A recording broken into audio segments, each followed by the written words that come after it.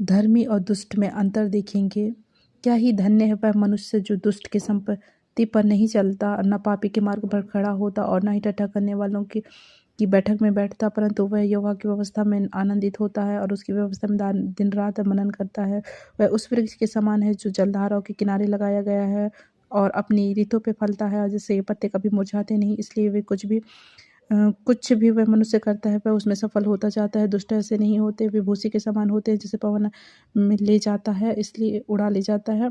इसलिए दुष्ट न्याय में स्थिर न रह सकेंगे और न पापी धर्मियों की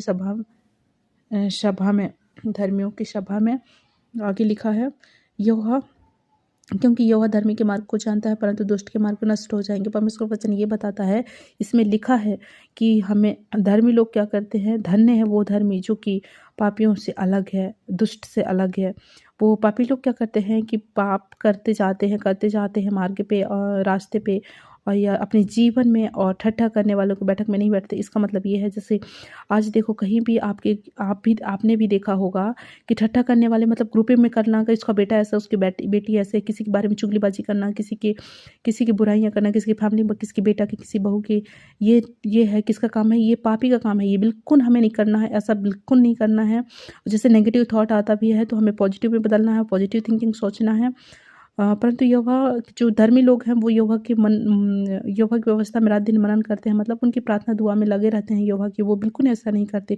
और जो धर्मी लोग हैं वो आगे लिखा है, वो उस वृक्ष के समान है जो जलधाराओं के किनारे किनारे लगाया गया है। वो हर ऋतु में फलते हैं, फूलते हैं, उनके पत्ते कभी मुरझाते नहीं। और वो धर्मी मनुष्य जो भी मांगता है, जो भी उनकी विनती प्रार्थनाएं होती है, वो सब में जो भी अपने जीवन में जो भी कार्य करता है वो उसमें सफल होता जाता है, ये लिखा है। तो इसलिए भाई जो भी इस वीडियो को देख पा रहे हैं, हमें आज से हर चीज़ बुरी आदतें हमें छोड़ना है और परमेश्वर के वचन को सुनना, जानना, अपने जीवन में ग्रहण करना।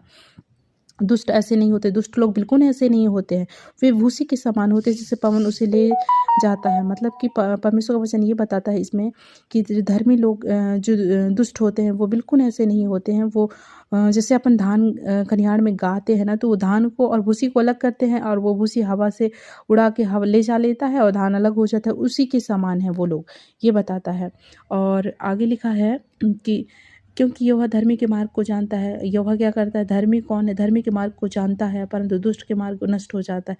परंतु धर्मी की जो दुष्ट होते हैं उसके मार्ग नष्ट हो जाता है, उनके जीवन नष्ट हो जाता है। ये है परमेश्वर का वचन, इसको पढ़िए, अपने जीवन में ग्रहण करिए।